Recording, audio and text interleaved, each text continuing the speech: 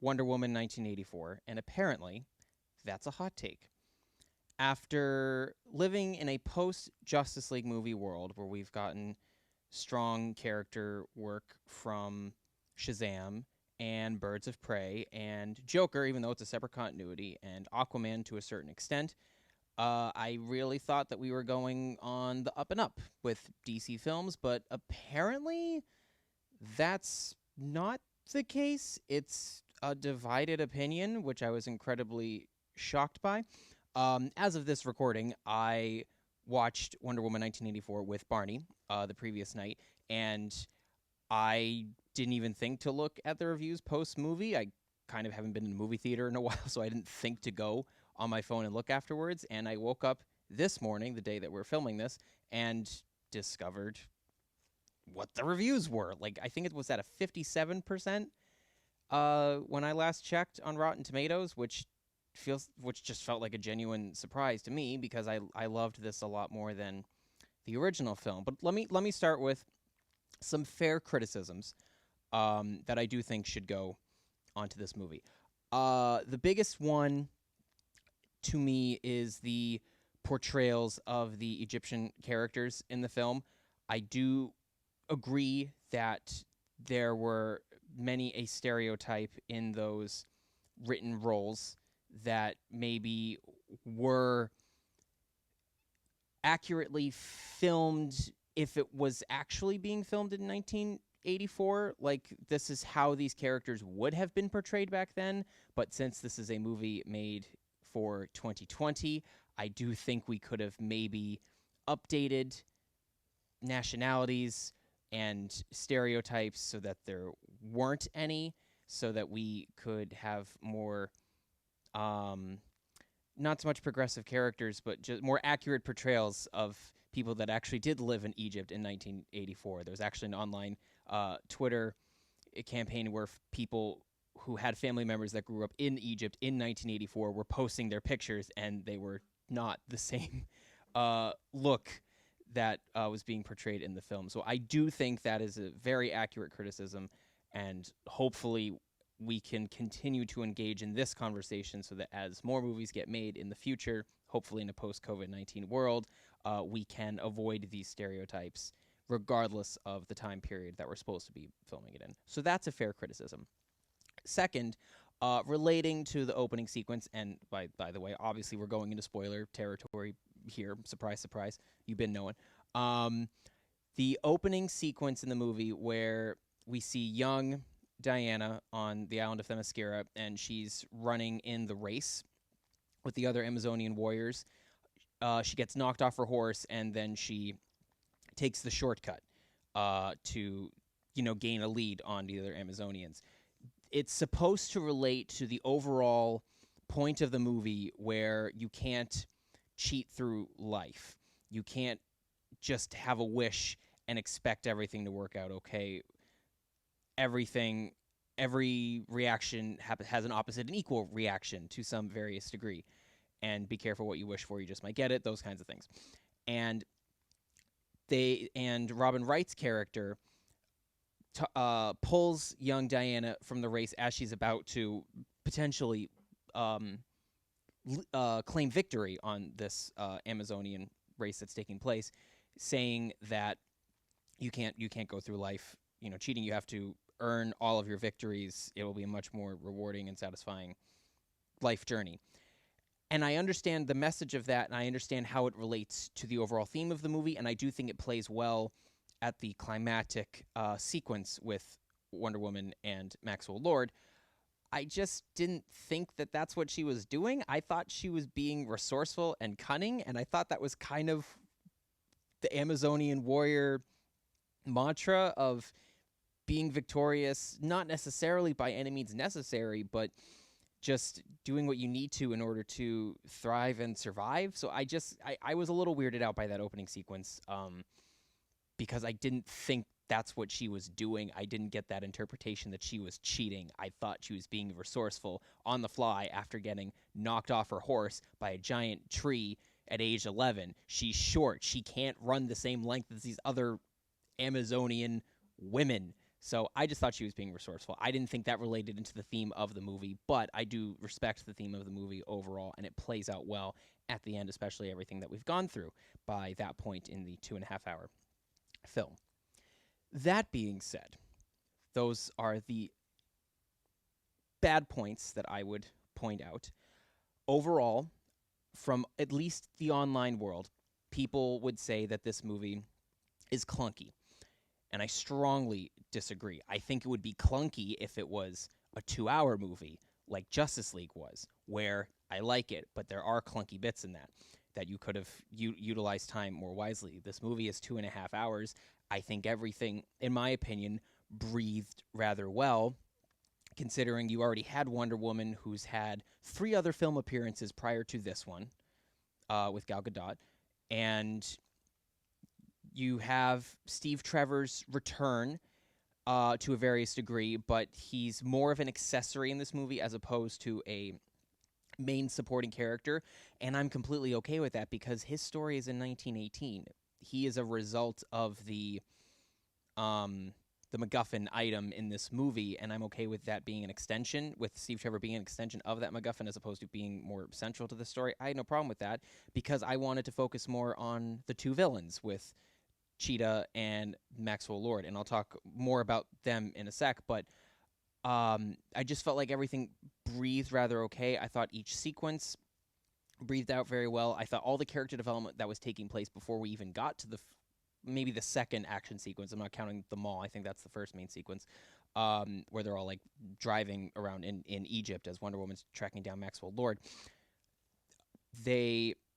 I thought Patty Jenkins did a very good job, actually a better job of pacing in this movie than I thought with the first one, allowing all the new characters to shine, giving respect to older characters that have already had their time to shine in the previous movie, but also characters that were important to the current story, like Wonder Woman. I thought that was a much better job that was done in this movie, but apparently I'm one of the few that thinks that. A lot of people didn't like its lack of 80s music. Wonder Woman 1984, I guess people were expecting an 80s soundtrack.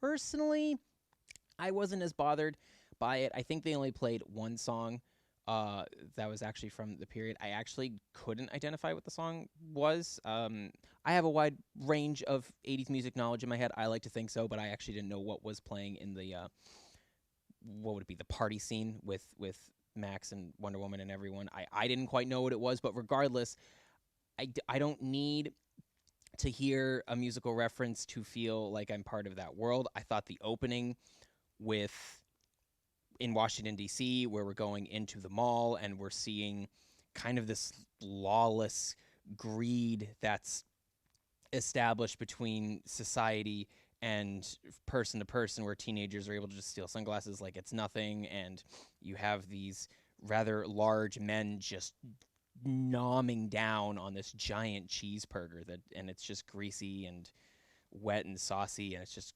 gross as hell, and I don't like burgers like that. There's just like a lawlessness in the 80s where everyone has a sense of entitlement, and you can see that with various celebrity figures in the 80s, and I'll talk more about that as well. I don't need musical references to nail that because there was already enough done to put me in the world of the 80s, so I guess that was a big critique that people had. They felt like they weren't associated with the world. I strongly disagree because I thought for where they didn't have music, they had other ways of establishing the world, and I thought it was just as effective. I don't need to hear a song that I've heard numerous times in a movie when I could just hear it on the radio. Me personally, sometimes it works, like with Guardians of the Galaxy, and that soundtrack alone, both Volume 1 and 2, those work well, but that was a creative choice for the director. For James Gunn, I respect what Patty Jenkins did by not going with a whole bunch of music for 80s, because quite frankly, people probably would have considered it copying Guardians of the Galaxy.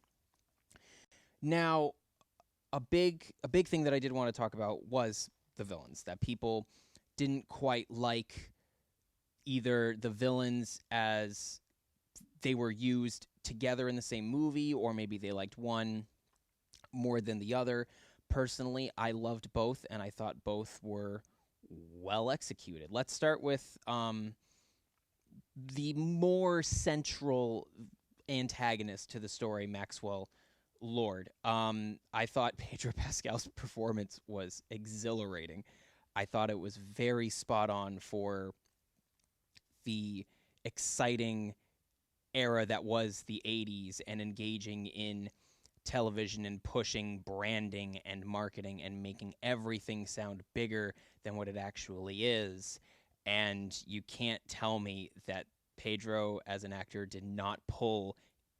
You can't tell me he didn't pull any inspiration from the current political landscape from these past 4 years.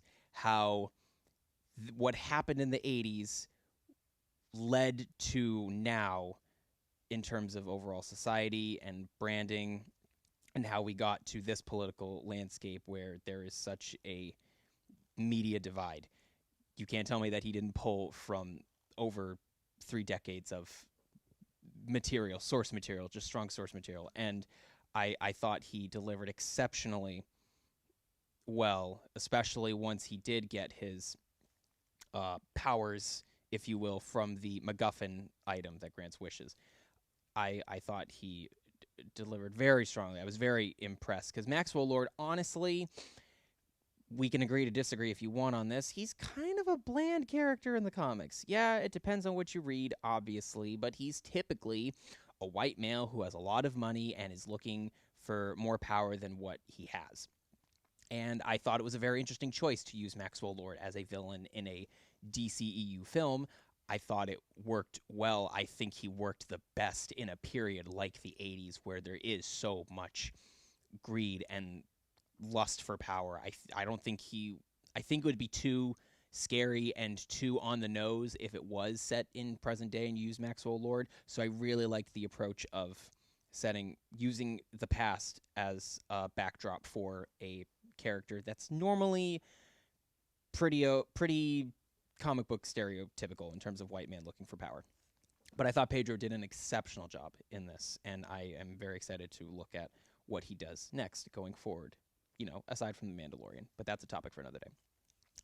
And also, let's talk a bit about Cheetah as well, Kristen Wiig's character, who from day one that they cast her, I was absolutely on board. I think Kristen Wiig is a very underrated chameleon actress. Obviously, she has done exceptional work on Saturday Night Live, but in particular, the film that she was in with Ben Stiller, which I believe is The Secret Life of Walter Schmidt, Walter Mitty, Mitty. Thank you.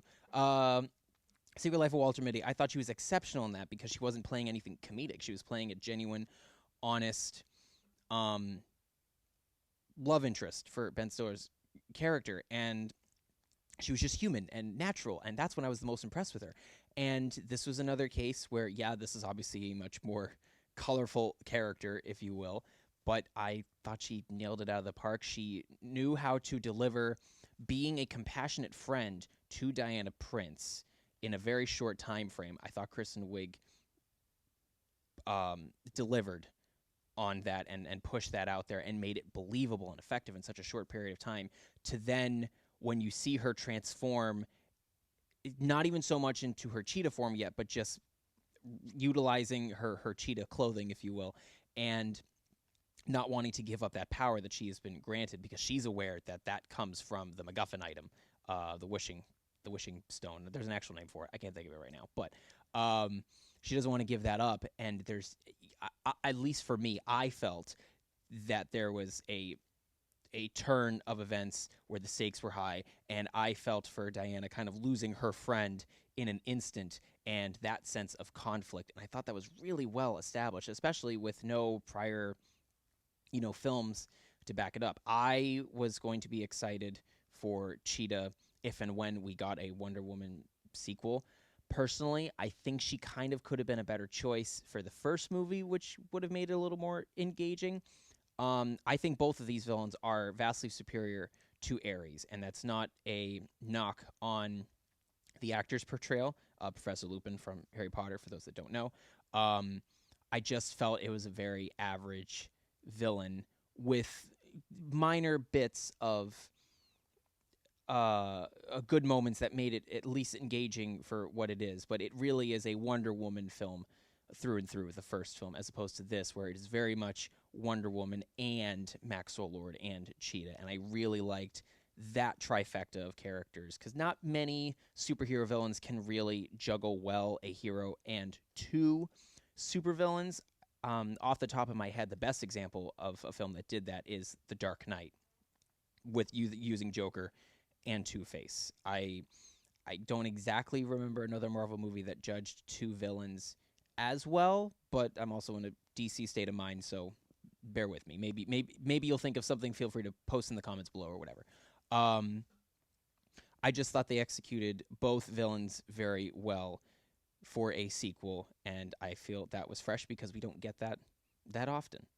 Also, there was no major CGI battle at the end of this movie as opposed to the first one. Not that I necessarily had a huge problem with the first one, but I could see the first CGI film fight at the end of the first film being a bit more generic than some other things, but I thought this was very well executed at the end with Wonder Woman talking to everyone all around the world, uh, utilizing that truth is the most honest way to go without cheating in life and cutting corners and all of a sudden solving one problem and then creating three more. I thought that was more powerful than the first climactic battle, if you will.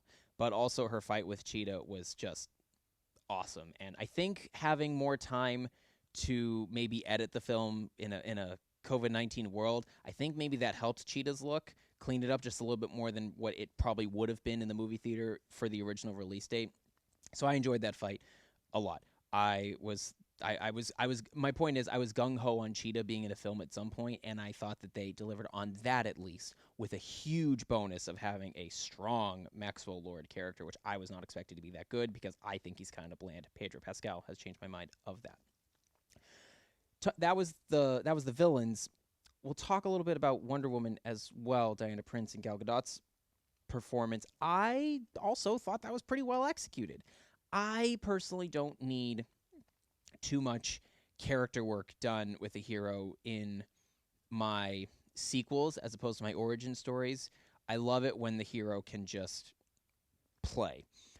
And the reason why I'm that way is I don't want this to come across as me knowing more than a general audience goer. Haha, I know more than you.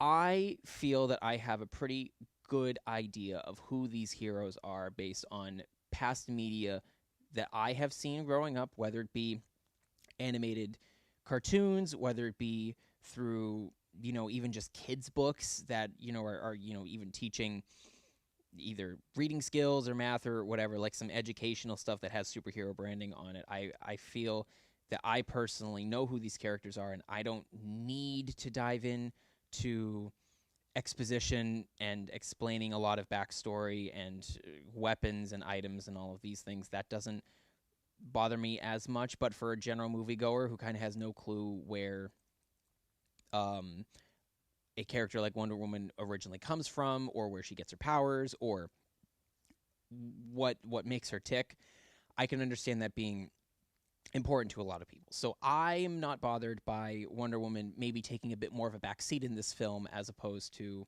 say, in her first movie where she was absolutely front and center, because we also had three other film portrayals by Gal Gadot at this point. I feel that we know who this person is. I don't think we need to deep dive much further than what we got in the movie. I thought it was very satisfying, her journey in terms of realizing that you can't cut corners again and you have to live in the reality that you're in and try to make the most of what you have, especially since she's already lived a full life. She's not going to have much attachment to other people because when she did, they all died, and she still looks the same as she did in 1918, all of her World War I friends and stuff.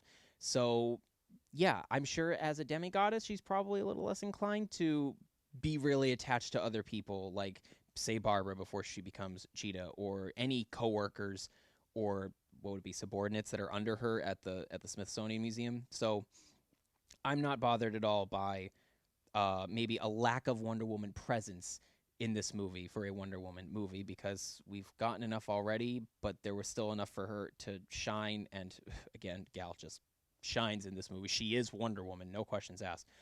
I just thought the portrayal delivered, all things considered.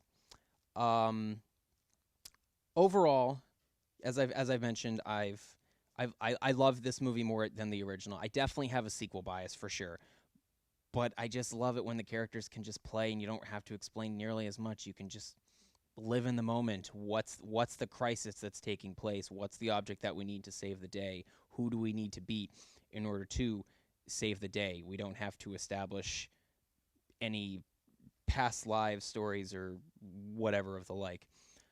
What I find interesting with this movie and the criticism that's out there compared to other films, Aquaman is the biggest DC movie of all time. How do I know this?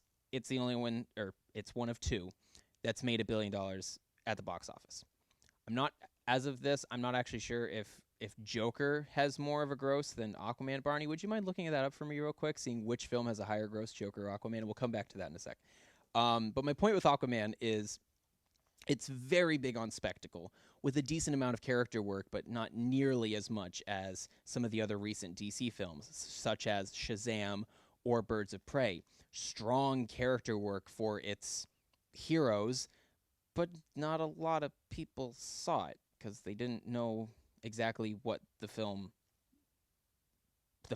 were going to be about. So not as many people saw it. So I don't know what the state of those franchises are going forward. And So yes, please, Barney. Aquaman is just ahead as of November 24th, 2019. That's not. That could probably useful. be its last. Yeah, the last reported. Yeah, so Aquaman is just ahead on the domestic and international. That I'm not surprised by because it's such a big spectacle. I know Joker had the biggest profit margin, so obviously that matters. But and obviously a film like Joker is vastly different from any other comic book movie because it's about a supervillain and you can have all kinds of different beats in terms of tone and where the story needs to go that are vastly different from a superhero movie because you're trying to sympathize with a villain. And the point of a supervillain origin movie is that you shouldn't be relating so much to the villain of your story, like Arthur Fleck. So you can tell a different kind of story with that. But with something like Wonder Woman as a superhero franchise, yeah, there's going to be a lot of similarities from other superhero franchises out there. You meet person that will come back to bite you in the end. You then have to fight them at some point in time. You go on a journey in order to stop said person or get an item that you need to stop whatever incoming threat is on the way. You eventually lose a fight, and then you feel like crap. You pick yourself back up, and you go on and you save the day. Yeah, a lot of these movies repeat the same things. It's comic book storytelling. It's storytelling in general. It's good versus evil. It's a tale literally as old as time. So when I see reviews that get tired of superhero tropes or not reinventing the wheel, I don't care because I'm just thankful to have a superhero movie in front of me because I grew up at a time where people didn't give a crap about these movies.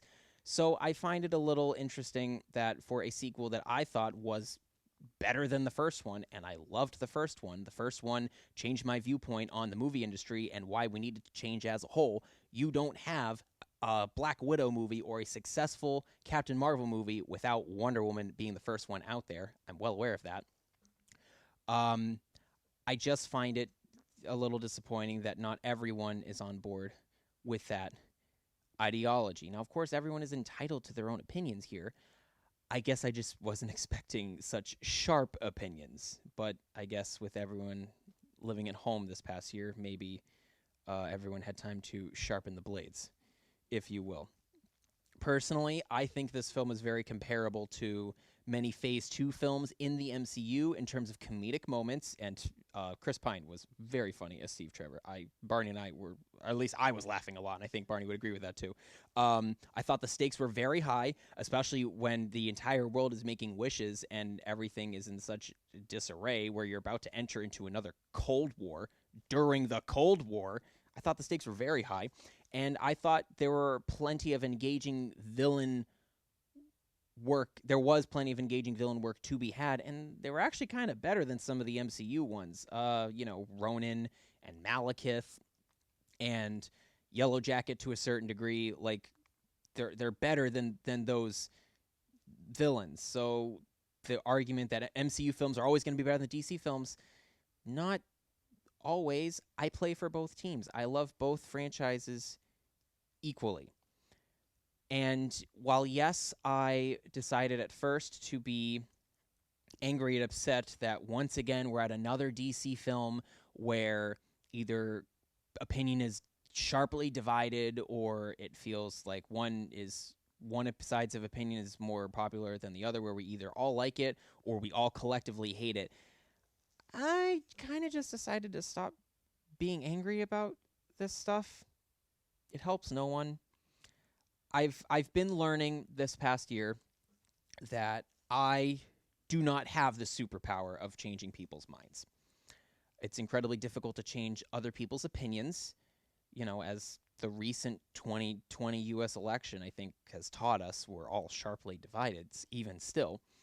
I'm accepting that people won't take to DC films the way that I have, to DC as an overall brand the way that I have growing up, when in the early 2000s, or really the entire decade of the 2000s, DC was king in terms of its Batman film franchises, in terms of its television presence.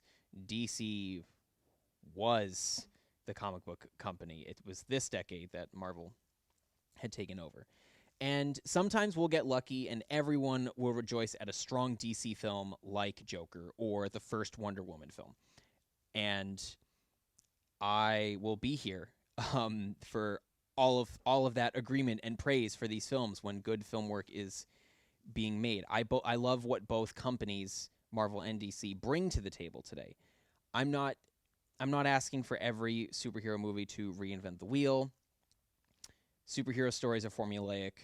I'm fine with that. They all follow a very simple formula at the end of the day. As long as that formula is still entertaining for me to want to keep coming back to the movie theater when they open up for real again. They're kind of open now, but obviously it'll be nice when we're all able to enjoy it together. I don't care as long as I'm entertained. As long as there are new subtleties that keep it engaging where I can compare differences, that makes me happy. Whether it's actor portrayals, CGI fights, which again, it's 2020, CGI fights I don't care about. I know everyone complains about CGI fights, but it's part of filmmaking in my mind in terms of big franchises. Anyway, that's a separate conversation for another day. Or fleshed out villains to spoil your hero.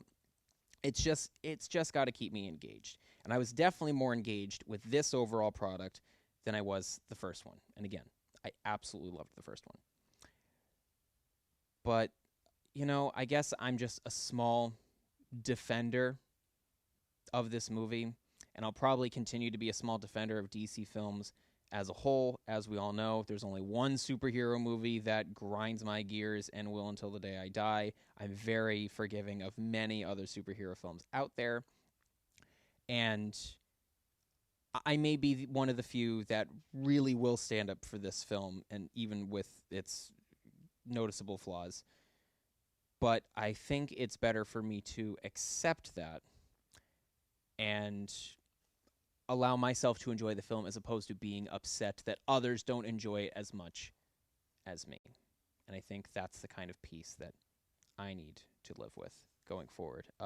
Really with kind of anything that I enjoy, whether it's music or films or television or, political views or whatever. Barney, do you have anything that you would like to add to not that my much ramblings? really. So I did look up the music thing when you mentioned that, and it looked like when I first looked at it, it looked like there was a fairly long or a more considerate list of 80s music, until I realized that two of those tracks, which are the Duran Duran tracks, only play in the credits. So they sort of tacked those on there. I mean, obviously you're going to use 80s songs in the credits. This little article I'm reading mentions that they did not do for the 80s what Guardians did for the 70s. And that's a pretty good comparison, because Guardians really made it a central pinning of that movie, and the soundtrack was ubiquitous throughout and very, very 70s. This, whether that's an issue for you or not, is up to you. I didn't think that was particularly missing, because of the point which you already made, which is that the world building was so to my mind convincingly 80s, apart from the Egyptian part, which was interesting to hear about. Yeah, and that didn't occur to me, for during the first watch through of the film, but I do think it's a valid argument no matter which way you look Yes. at it. I think that is something that we do need to fix collectively going forward. But in Yes. terms of the music stuff, I guess I had always just interpreted that a way to world build, in a modern America, if you will, is through the music. And I thought it was interesting that you didn't necessarily have to do that. Mm-hmm. You let the people and really the actors and The what's being styling. captured on camera tell the story as a filmmaker, not Mhm. not using, your post material, if you will. The styling, the costumes, and everything. Two points about that. First Please. of all, the funniest, I think the funniest Chris Pine part that you and I enjoyed was the trying on the clothes, trying to find some clothes, and like not knowing what a style Trying was. on the clothes and identifying what an interesting object this trash can is, Oh, and then yeah, at the Wonder art Woman museum. pointing out it's just a trash can. Yeah, it's oh, just- okay, It's just a gotcha. trash. He goes, yeah, it's just a trash can. And I saw a review that mentioned, a film that did a better Man Out of Time story was a story about Steve Rogers, Winter Soldier, and doing that stuff. And I kind of find that argument a little invalid because, one character is meant to be a central part of the story. His name is in the title of the movie, compared to one who is always going to be second fiddle to Wonder Woman. That's why Steve Trevor is there. And two, they're both not really supposed to be the point of the movie. Like they're both exclamation points on the movie, as opposed to like definitive paragraphs on this film is about a man out of time. No, Winter Soldier is about a man fighting secret government oppression, and Wonder Woman 1984 is You can't get everything that you wish for. exactly can't get everything that you wish for. Nothing to do with the out of time bit. So yes, I agree those are funny, but someone thought that there are films that do it much better, and it's like that's not the point of either of those movies, dude. I will say a lot of the negative opinions that I have read online are in fact male, which I personally find interesting. The male voice within culture. Gee, is so, what was the what so what, often what so much gender was louder. the opinion that was crapping on Captain Marvel when it came out, even though it reached $1 billion? Was it all males? Alex, I think we have a winner. So I don't know. It's something that I'm learning to accept, as opposed to investing in and being upset about, because I'm not gonna change devoted comic book male opinion at this point, because I think I've done enough to defend the opposite and praise the good in a majority of that. One thing before I forget, did you know, Barney, that Pedro Pascal has actually been involved in the Wonder Woman franchise before? Not this one. He was involved in the 2011 NBC TV pilot for Wonder Woman, with Adrian Palicki starring as Wonder Woman. It was never Wow. picked up. They filmed it, and it got a lot of press, more than really many other TV pilots would. You usually hear announcements of TV pilots. You don't typically have your TV pilot image of your star being put on the cover of TV Guide magazine before it's even been picked up. There was a lot of press going into this, and Pedro's role was he was like a liaison to Diana Themyscira, not Diana Prince. Diana Themyscira. He was a liaison to her for the LAPD police department. And yeah, that was his introduction to the Wonder Woman Interesting. universe. So it is very interesting that you actually had a legacy casting in this movie, and I didn't even realize it. know. And speaking of legacy castings, hello, Linda Carter. Spoilers. Hey, we said it at the start of this thing, Yes. so there's no surprise. But she was great though. she shines. I hope that mid-credits tease of her being in the movie. I've been doing. Don't worry about me. I've been doing this a long time. He says. I actually hope we get a bit more of that in the confirmed third movie. They announced it 2 days after this Wonder Woman multiverse. Why not? Literally, why not? I hope we get more of that. It's not like they're not playing with the multiverse theory. The Flash movie is going to be a crossover event combining Ben Affleck and Michael Keaton. So maybe we do get some Wonder Woman stuff in there. We all know how the Flash likes to screw with multiple timelines and we are here for it. Create rifts. So, yeah. Let me know what you guys think in the comments below on your thoughts on Wonder Woman 1984. But we loved it, dude.